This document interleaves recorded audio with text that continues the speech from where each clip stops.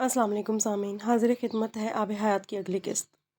Doctor سبت علی نے اس کی کسی بات کے جواب میں کچھ نہیں کہا تھا۔ وہ اب بھی جیسے شوق میں تھے۔ سالار سکندر کے بارے میں جو تاثر وہ آج تک بنائے بیٹھے تھے وہ بری طرح مسخ ہوا تھا۔ وہ خود کو یقین دلانے کی کوشش کر رہے تھے کہ یہ سب کسی غلط فہمی کا نتیجہ ہو سکتا ہے، ورنہ سالار اس لڑکی کو آدھی رات اپنے گھر سے اس طرح الزام لگا کر خالی ہاتھ نہیں نکال سکتا جسے وہ اپنی بیٹی کہتے ہیں۔ فرقان اس رات اکیلا آیا، سالار اس کے ساتھ نہیں تھا۔ ڈاکٹر صاحب نے لیکچر کے بعد اسے روک لیا اور سالار کے بارے میں پوچھا۔ وہ کچھ مصروف تھا اس لیے نہیں آ سکا، فرقان نے اطمینان سے کہا۔ آپ کو اس نے بتایا کہ اس نے امامہ کو گھر سے نکال دیا ہے؟ فرقان چند لمحے بول نہیں سکا۔ امامہ کو؟ اس نے بے یقینی سے کہا۔ آپ کے ڈرائیور کے ذریعے اس نے امامہ کو کل سیدہ بہن کے گھر بھجوایا تھا۔ فرقان کو پچھلی رات کی سالار کی کال یاد آئی۔ مجھے یقین نہیں آ رہا، کیسے؟ مطلب؟ فرقان کا دماغ واقعی چکرا گیا تھا۔ سالار امامہ پر جس طرح جان چھڑکتا تھا، کم از کم اس کے لیے یہ بات ماننا ممکن نہیں تھا کہ وہ اسے اس طرح گھر سے نکال سکتا ہے، وہ بھی اس طرح آدھی رات کو۔ وہ اسے کل جم میں بالکل خاموش لگا، آج وہ جم آیا ہی نہیں، لیکن اس کے وہم و گمان میں بھی نہیں تھا کہ اس خاموشی کا کوئی تعلق امامہ سے ہو سکتا ہے۔ میں اسے بھی فون کرتا ہوں، میرے تو کچھ سمجھ میں نہیں آ رہا۔ فرقان نے پریشان ہوتے ہوئے سالار کو اپنے سیل سے کال کی۔ سالار کا سیل آف تھا۔ اس نے دوبارہ گھر کے نمبر پر ٹرائی کیا، کسی نے فون نہیں اٹھایا۔ اس نے کچھ حیران ہو کے ڈاکٹر صاحب کو دیکھا۔ فون نہیں اٹھا رہا، سیل آف ہے۔ میں گھر جا کر بات کرتا ہوں اس سے، آپ امامہ کو میرے ساتھ بھیج دیں۔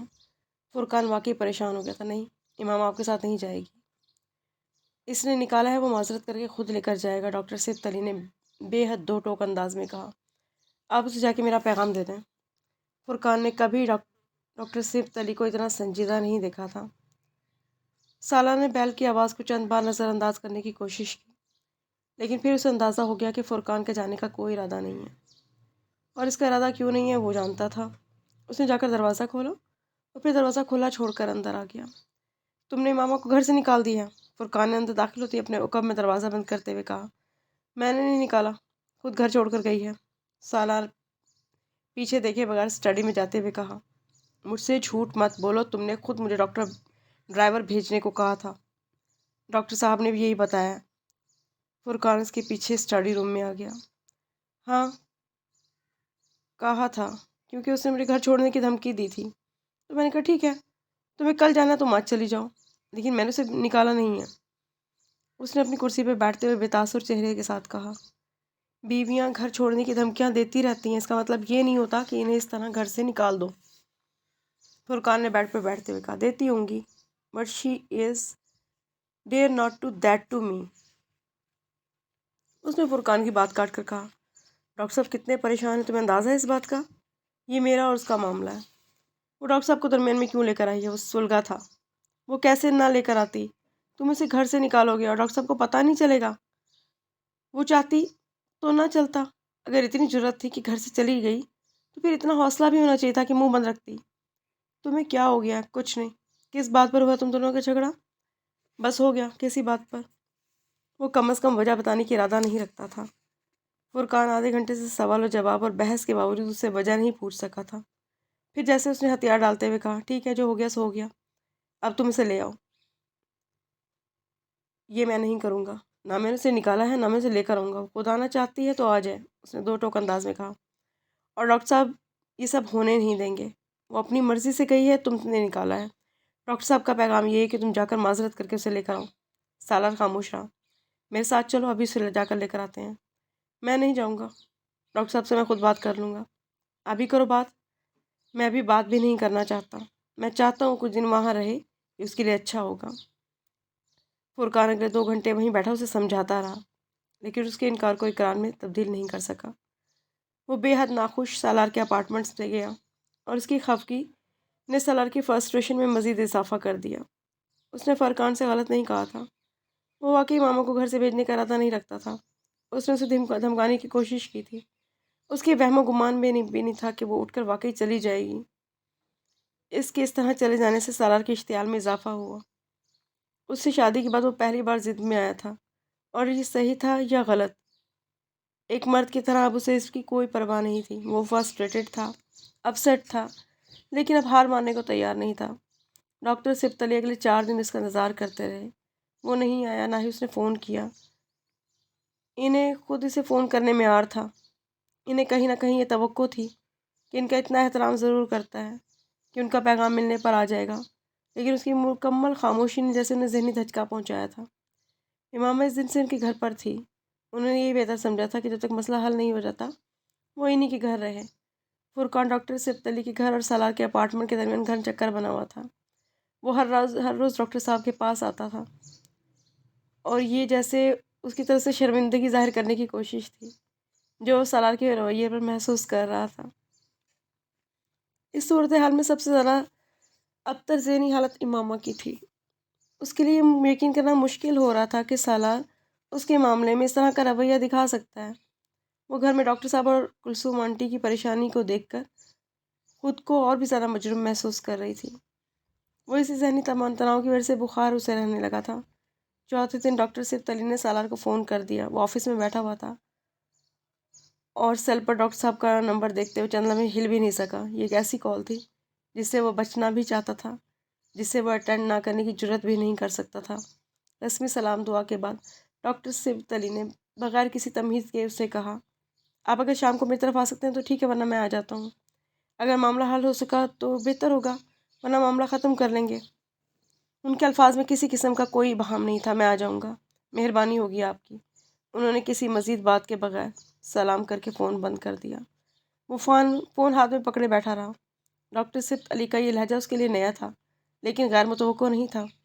غیر متوقع صرف ایک جملہ تھا جو انہوں نے آخر میں کہا تھا کہ معاملہ ختم کرنے کی نوبت کیسے آ گئی۔ اس کے نزدیک یہ صرف ایک جھگڑا تھا۔ پہلی بار اس کے پیٹ میں گرہیں پڑی تھیں۔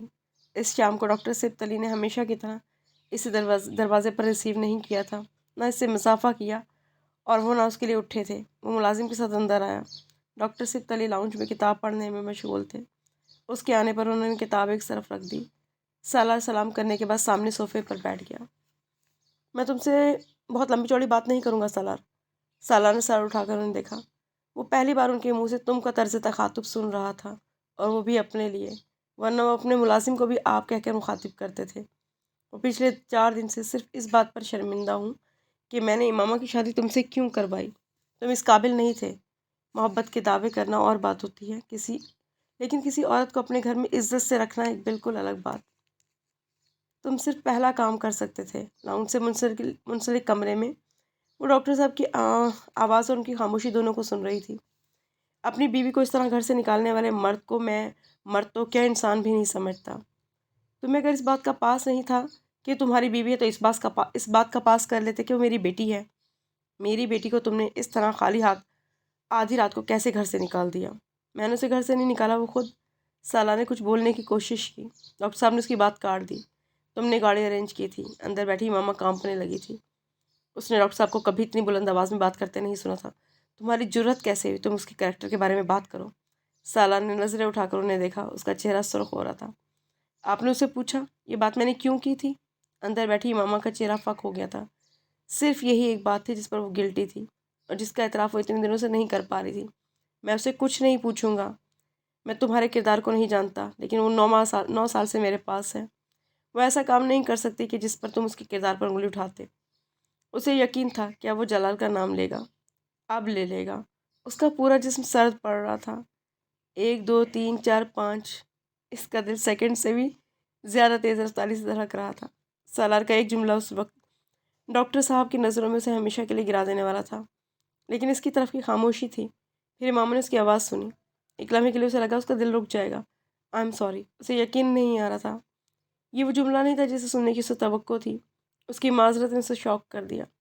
تو ڈاکٹر صاحب نے کچھ اور مشتعل ہو کر کہا، ایک بات یاد رکھنا تم سالار، جو کچھ تمہیں زندگی میں ملنا ہے اس عورت کے مقدر سے ملنا ہے۔ تمہاری زندگی سے نکل گئی تو خواری کے سوا تمہارے ہاتھ میں کچھ نہیں آنا۔ ہاتھ ملو گے ساری زندگی تم۔ تمہاری خوش قسمتی ہے کہ اللہ نے تمہیں امامہ کا کفیل بنایا ہے۔ کبھی رزاق بننے کی کوشش مت کرنا۔ تم رزاق نہیں ہو اس کے۔ اللہ تم سے بہتر کفیل دے دے گا اسے، تم سے زیادہ مہربان، تم سے زیادہ خیال رکھنے والا۔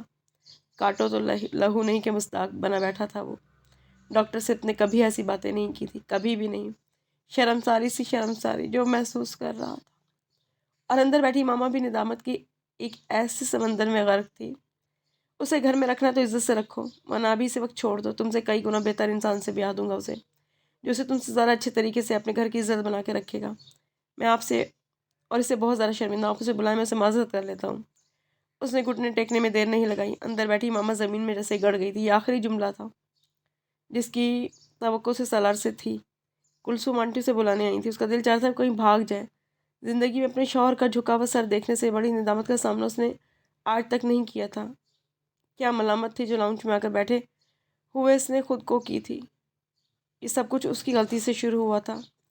میں بہت زیادہ معذرت خواہ ہوں، جو کچھ ہوا نہیں ہونا چاہیے تھا، جو کچھ کیا غلط کیا میں نے، مجھے ایسا نہیں کرنا چاہیے تھا۔ اس نے سر یا نظریں اٹھائے بغیر اس کے بیٹھتے ہی کہا تھا۔ امامہ کے رنج میں کچھ اور اضافہ ہوا تھا۔ آج سالار کے ساتھ زیادتی ہوئی تھی، اس کی ذمہ دار وہ اپنے آپ کو ٹھہرا رہی تھی۔ بیٹا آپ جانا چاہ رہی ہیں تو چلی جائیں، اور نہیں جانا چاہیں تو؟ ڈاکٹر صاحب نے اسے کہا۔ نہیں، میں جانا چاہتی ہوں، اس نے اپنی آنکھیں رگڑتے ہوئے کہا۔ ٹھیک ہے، پھر اپنا سامان پیک کر لیں، ڈاکٹر صاحب نے اس سے کہا۔ وہ اٹھ کے کمرے میں آ گئی۔ 2 دن پہلے کلثوم آنٹی نے اسے کچھ کپڑے اور ضرورت کی چیزیں لا کے دی تھی، اس نے انہیں ایک بیگ میں رکھ لیا تھا۔ ڈاکٹر صاحب مما کے اٹھتے اسٹڈی روم میں چلے گئے تھے۔ وہ سر چکائے بیٹھا رہا۔ بیٹا کھانا لگواؤں؟ کلثوم آنٹی نے جیسے ماحول کو بہتر کرنے کی کوشش کی تھی۔ نہیں، میں کھانا کھا کر آیا ہوں۔ اس نے ابھی نظریں نہیں اٹھائی تھیں، وہ نظریں اٹھانے کے قابل ہی نہیں رہا تھا۔ ملازم سافٹ ڈرنک کا ایک گلاس اسے دے کر گیا تھا۔ سالار نے کچھ کہے بغیر گلاس اٹھا کر چند گھونٹ لیے اور رکھ دیا۔ اسے اپنی کچھ چیزیں پیک کر کے باہر آنے میں 5 منٹ سے زیادہ نہیں لگے۔ سالار نے کھڑے ہو کر خاموشی سے اس سے بیگ لیا۔ ڈاکٹر صاحب بھی تب تک اسٹڈی سے نکل آئے تھے۔ وہ ان دونوں کو گاڑی تک چھوڑنے آئے، مگر ہمیشہ کی طرح وہ سالار سے بغل گیر نہیں ہوئے تھے۔ گاڑی کی سڑک پر آنے تک دونوں کے درمیان کوئی بات نہیں ہوئی تھی۔ پھر سالار نے کہا، میں تم سے بہت شرمندہ ہوں، آئی مس بہیو ود یو۔ وہ دوبارہ اسے معذرت کی توقع نہیں کر رہی تھی۔ سالار، میں تم سے شرمندہ ہوں، مجھے نہیں پتہ تھا کہ ابو کو اتنا غصہ آ جائے گا۔ انہوں نے تمہارے ساتھ… سالار نے اس کی بات کاٹ دی۔ نہیں، ٹھیک کیا انہوں نے جو کچھ کیا، غلط تو کچھ بھی نہیں تھا انہوں نے جو بھی کچھ کہا، لیکن میں نے تمہارے کریکٹر کے بارے میں کچھ نہیں کہا تھا۔ تمہارا مطلب ہے تم یہ سب کچھ کہو گی اور میں یہ نہیں سمجھوں گی کہ تم میرے کریکٹر پر انگلی اٹھا رہے ہو؟ سالار خاموش رہا تھا۔ وہ مجھے اتفاقاً اس دن پارکنگ میں مل گیا تھا۔ کچھ دیر کی خاموشی کے بعد اس نے کہنا شروع کیا۔ سالار نے اس بار اسے نہیں ٹوکا۔ ابھی چند ماہ پہلے اس نے دوسری شادی کی ہے۔ اس نے لنچ کے لیے اصرار کیا۔ مجھے خیال بھی نہیں آیا کہ تمہیں برا لگ سکتا ہے، اور میں نے تو لنچ بھی نہیں کیا تھا۔ کچھ دیر ریسٹورنٹ میں بیٹھے رہے، پھر وہ آدمی اور اس کی میسز آ گئیں۔ مجھے دیر ہو رہی تھی، میں وہاں سے گھر آ گئی، بس اتنی سی بات تھی۔ میری غلطی بس یہ تھی کہ میں نے تمہیں بتایا نہیں کہ میں اس سے ملی ہوں، اور میری غلطی یہ تھی کہ میں نے تمہاری بات نہیں سن لینی چاہیے تھی۔ آئی اوور ری ایکٹیڈ۔ وہ اب مدھم آواز میں اعتراف کر رہا تھا۔ بے عزتی کروانی تھی، اس لیے وہ بڑبڑایا تھا۔ وہ اسے کہنا چاہتی تھی کہ وہ اس وقت اس کی کس قدر احسان مند ہو رہی ہے، لیکن وہ کہہ نہیں پا رہی تھی۔ اس کی ایک لمحے کی خاموشی نے اس کی عزت رکھی تھی، اور پچھلے تمام دن کے رویوں کا جیسے کفارہ ادا کر دیا تھا۔ وہ احسان مندی کے علاوہ اس وقت اس شخص کے لیے کچھ بھی محسوس نہیں کر رہی تھی۔ اس وقت تشکر اور شرمندگی کے سوا کوئی تیسری چیز اس کے پاس نہیں تھی۔ کچھ دیر خاموشی رہی۔ مجھے نہیں پتہ تھا کہ تمہیں کسی آدمی کے ساتھ میرا ملنا اتنا برا لگے گا، ورنہ میں تو کبھی… کچھ دیر بعد اس نے کہا۔ سالار نے اس کی بات کاٹی۔ وہ کوئی آدمی نہیں تھا امامہ، وہ اب میرے لیے صرف کوئی آدمی نہیں ہے۔ سالار نے گردن موڑ کر اسے دیکھا۔ اس نے ناک رگڑتے ہوئے آنکھوں کو ایک بار پھر صاف کرنے کی کوشش کی۔ طبیعت ٹھیک ہے تمہاری؟ ہاں ٹھیک ہے۔ اس نے امامہ کی پیشانی پر ہاتھ رکھ کے جیسے ٹیمپریچر چیک کیا۔ بخار ہے، تھوڑا سا ہے، ڈاکٹر کے پاس لے چلتا ہوں۔ نہیں، میڈیسن لے رہی ہوں، بیگ میں ہے۔ وہ خاموش ہو گیا۔ انہوں نے ایسی خاموشی میں پہلے کبھی سفر نہیں کیا تھا۔ اس واقعے نے اعتماد کے اس رشتے میں کچھ عجیب دراریں ڈالی تھیں، جو چند ماہ میں ان کے درمیان بن گیا تھا۔ اس کو اتنا غصہ کیوں آیا، اس طرح کا غصہ؟ وہ خود بھی نہیں سمجھ پایا تھا۔ وہ غسیل نہیں تھا۔ کم از کم پچھلے 10 سالوں میں سے بہت کم مواقع آئے تھے جس پر کسی سے اس کی خفگی اتنی طویل ہوئی ہو جتنی امامہ سے ہو گئی تھی۔ وہ جلال سے جیلس نہیں تھا، وہ انسیکیور تھا۔ وہ اس کے معاملے میں کس طرح بے اختیار تھی، اس کا مظاہرہ وہ 10 سال پہلے دیکھ چکا تھا۔ جلال کا یکدم دوبارہ ان کی زندگی کے منظر نامے پر اس طرح نمودار ہونا سالار کو ایک مرد کے طور پہ اپنی بے حد تک محسوس ہوئی تھی۔ باجی آپ کہاں تھیں؟ اگلی صبح وہ ملازمہ کے بیل دینے پر جاگی تھی۔ دروازہ کھلنے پر اسے دیکھتے ہی ملازمہ نے پوچھا، میں چند دن اپنے گھر رہنے گئی تھی، اس نے ٹالنے والے انداز میں کہا۔ طبیعت ٹھیک ہے آپ کی؟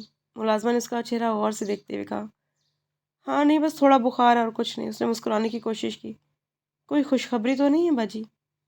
وہ بیڈ روم کی طرف جاتے جاتے ملازمہ کے جوش پر ٹھٹکی، پھر بری طرح شرمندگی سے بولی، ایسی کوئی بات نہیں، تم صفائی کرو۔ فون کی بیل ہوئی۔ وہ کچن میں اپنے لیے ناشتہ بناتے ہوئے باہر نکل آئی۔ وہ سالار تھا جو عام طور پہ اس وقت کال کیا کرتا تھا۔ اتنے دنوں کے وقفے کے بعد فون پر اس کی آواز اسے بے حد عجیب لگی تھی۔ کیسی طبیعت ہے تمہاری؟ وہ پوچھ رہا تھا۔ میں ٹھیک ہوں، اس نے کہا۔ ناشتہ کر کے گئے تھے آفس؟ اسے کچن میں کوئی استعمال شدہ برتن نظر نہیں آیا تھا۔ نہیں، لیٹ ہو گیا تھا، ناشتے کے لیے ٹائم نہیں تھا۔ مجھے جگا دیا ہوتا میں بنا دیتی، اس نے کہا۔ نہیں، مجھے بھوک نہیں تھی۔ رسمی جملوں کے بعد اب وہ خندق آ گئی تھی جس سے وہ دونوں بچنا چاہ رہے تھے اور بچ نہیں پا رہے تھے۔ ایک دوسرے سے کچھ کہنے کے لیے ان کے پاس یکدم الفاظ نہیں رہے تھے، اور وہ خود کوئی بات ڈھونڈنے میں ناکام رہنے کے بعد اس سے پوچھنے لگا۔ کچھ نہیں، وہ بھی اتنی ہی خالی تھی۔ رات کو کہیں پھر باہر کھانا کھانے چلتے ہیں، اس نے کہا۔ اچھا۔ گفتگو پھر اسکوائر ون پر آ گئی تھی۔ سالار نے خدا حافظ کہہ کر فون بند کر دیا۔ وہ بہت دیر ریسیور ہاتھ میں پکڑے بیٹھی رہی۔ بہت فرق تھا اس گفتگو میں جو وہ ایک ہفتے پہلے فون پر کرتے تھے، اس گفتگو میں، اور جو اب کر رہے تھے۔ دراڑیں بھرنا ذرا مشکل تھا کیونکہ نشان کبھی بھی نہیں جاتے۔ وہ بھی یہی دقت محسوس کر رہے تھے۔ اس نے زندگی میں اس ایک ہفتے میں جو کچھ سیکھا تھا وہ شادی کے اتنے مہینوں میں نہیں سیکھا تھا۔ کسی انسان کی محبت کبھی غیر مشروط نہیں ہو سکتی، خاص طور پہ تب جب کوئی محبت شادی کے نام پر رشتے میں بندھی ہوئی ہو۔ سالار کی محبت بھی نہیں۔ ایک ناخوشگوار واقعہ اسے آسمان سے زمین پر لے آیا تھا۔ وہ زمینی حقائق اسے پہلی بار نظر آئے تھے جو پہلے اس کی نظروں سے اوجھل تھے۔ وہ صرف محبوبہ نہیں تھی، بیوی بن چکی تھی۔ ایک مرد کے لیے اسے اب اپنی زندگی دل اور ذہن سے نکالنا زیادہ آسان تھا۔ سالار نے دوسروں کی نظروں میں اس کی عزت ضرور رکھ لی تھی، لیکن اس کی اپنی نظروں میں اسے بہت بے وقت کر دیا تھا۔ خوش فہمی اور توقعات کا پہاڑ آہستہ آہستہ ریزہ ریزہ ہو رہا تھا۔ وہ شام کو جلدی گھر آ گیا۔ وہ جانتی تھی یہ ارادی طور پر ہے۔ اس کے لیے بیرونی دروازہ کھولنے پر اس نے ہمیشہ کی طرح گرمجوشی سے اسے اپنے ساتھ نہیں لگایا۔ اس سے نظریں ملانا، مسکرانا، اس کے قریب آنا شاید اس کے لیے بہت مشکل ہو گیا تھا، لیکن سب کچھ بے اختیار ہوتا ہے۔ اب کوشش کے باوجود بھی نہیں ہو پا رہا تھا۔ کھانے کے لیے باہر جاتے ہوئے گاڑی میں ویسے ہی خاموشی تھی۔ دونوں وقفے وقفے سے کچھ پوچھتے، پھر ایک حرفی جواب کے بعد خاموش ہو جاتے۔ وہ پہلا ڈنر تھا جو انہوں نے ایک دوسرے کے سامنے اپنی ڈنر پلیٹ کو دیکھتے ہوئے کیا تھا۔ دونوں نے کھانا کسی دلچسپی کے بغیر کھایا تھا۔ واپسی بھی اسی خاموشی سے ہوئی تھی۔ وہ ایک بار پھر سونے کے لیے بیڈ روم میں اور اسٹڈی روم میں چلا گیا۔ اگلے دن تقریباً ایک ہفتے بعد ناشتے کی ٹیبل پر تھے۔ بات کرنا، نظریں ملانا اس سے زیادہ آسان تھا، اور وہ بات کرنے کی کوشش کر رہے تھے۔ دونوں اپنی اپنی جگہ شرمندہ اور ان تکلیف دہ احساسات کو ختم کرنے کی جدوجہد میں مصروف تھے جو اس ٹیبل پر بن بلائے مہمانوں کی طرح موجود تھے، لیکن وہ مہمان ٹیبل چھوڑنے پر تیار ہی نہیں تھے۔ ایک ہفتے کے بعد ہی وہ گھر کا بنا ہوا لنچ آفس لے کر جا رہا تھا۔ وہ اماموں سے کہہ نہیں سکا کہ اس نے پورا ہفتہ گھر پر ناشتے سے کھانا کھانا ہی چھوڑ دیا تھا۔ وہ گھر اتنے دن اس کے لیے بھوت بنگلہ بنا رہا۔ گھر سے نکلتے ہوئے اس نے امامہ سے کہا، میری دراز میں تمہاری رنگ ہے، وہ لے لینا۔ امامہ نے جیسے کرنٹ کھا کر اپنا ہاتھ دیکھا۔ میری رنگ؟ وہ رنگ اسے پہلی بار یاد آئی تھی۔ وہ میں نے کہاں رکھ دی تھی؟ میرے آفس کے واش روم میں، اس نے باہر نکلتے ہوئے بے تاثر لہجے میں کہا۔ وہ کھڑی رہ گئی۔ کئی دنوں بعد اس رات سالار نے رغبت سے کھانا کھایا۔ وہ عام طور پہ ایک چپاتی سے زیادہ نہیں کھاتا تھا، لیکن آج اس نے 2 چپاتیاں کھائی تھیں۔ اور بنا دوں؟ اماموں سے دوسری چپاتی لیتے ہوئے دیکھ کر پوچھا۔ وہ خود چاول کھا رہی تھی۔ نہیں، میں پہلے ہی اوور ایٹنگ کر رہا ہوں، اس نے منع کر دیا۔ اماموں نے اس کی پلیٹ میں کچھ سبزی ڈالنے کی کوشش کی۔ اس نے روک دیا۔ نہیں، میں ویسے ہی کھانا کھانا چاہ رہا ہوں۔ اس نے ماما کو کچھ حیرانی سے دیکھا۔ وہ گہری سوچ میں ڈوبا اس چپاتی کے لقمے لے رہا تھا۔ وہ جانتی تھی کہ اسے اس کے ہاتھ کی چپاتی پسند ہے، لیکن اس نے صرف چپاتی کھاتے اسے پہلی مرتبہ دیکھا تھا۔ اس دن پہلی بار اس نے آخری لقمہ اسے نہیں دیا تھا۔ وہ کھانے کے بعد ٹیبل سے اٹھ گیا تھا۔ وہ برتن اکٹھے کر رہی تھی جب وہ کچھ پیپرز لے کر آیا تھا۔ یہ کیا ہے؟